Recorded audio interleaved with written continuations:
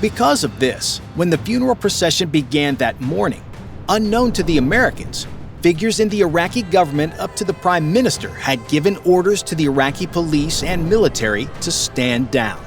As the crowd slowly grew from several hundred to several thousand people, the Americans watched in horror as Iraqi security forces stood by as they began marching in the international zone.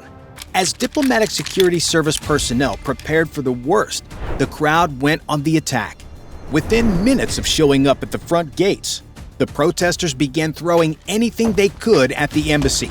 Large stones, chunks of concrete, and homemade Molotov cocktails were all in the arsenal of handheld missiles being lobbed at the embassy. But that was not the worst of it.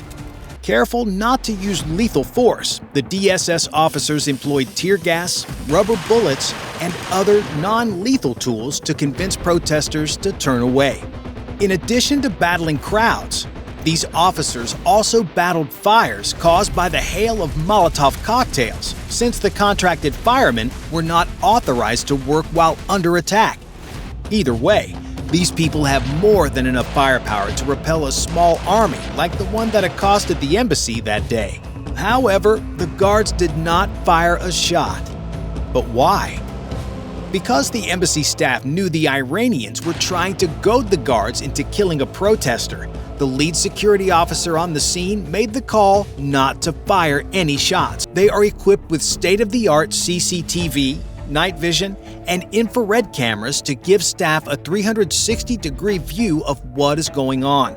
But they do have a vulnerability. As seen during the December 2019 attack, protesters got long, heavy poles and began whacking down every camera they could find. If the protesters decide to try to ram the gates, they would be unable to do so.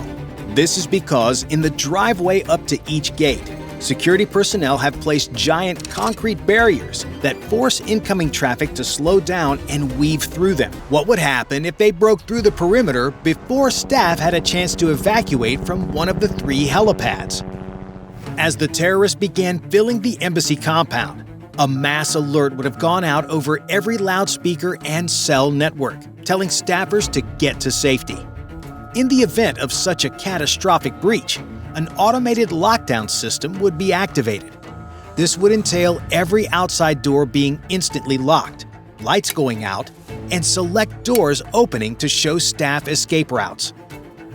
As the terrorists try to gain entry into the various office buildings, living, and recreation spaces on the complex, they would be met with an eerie silence.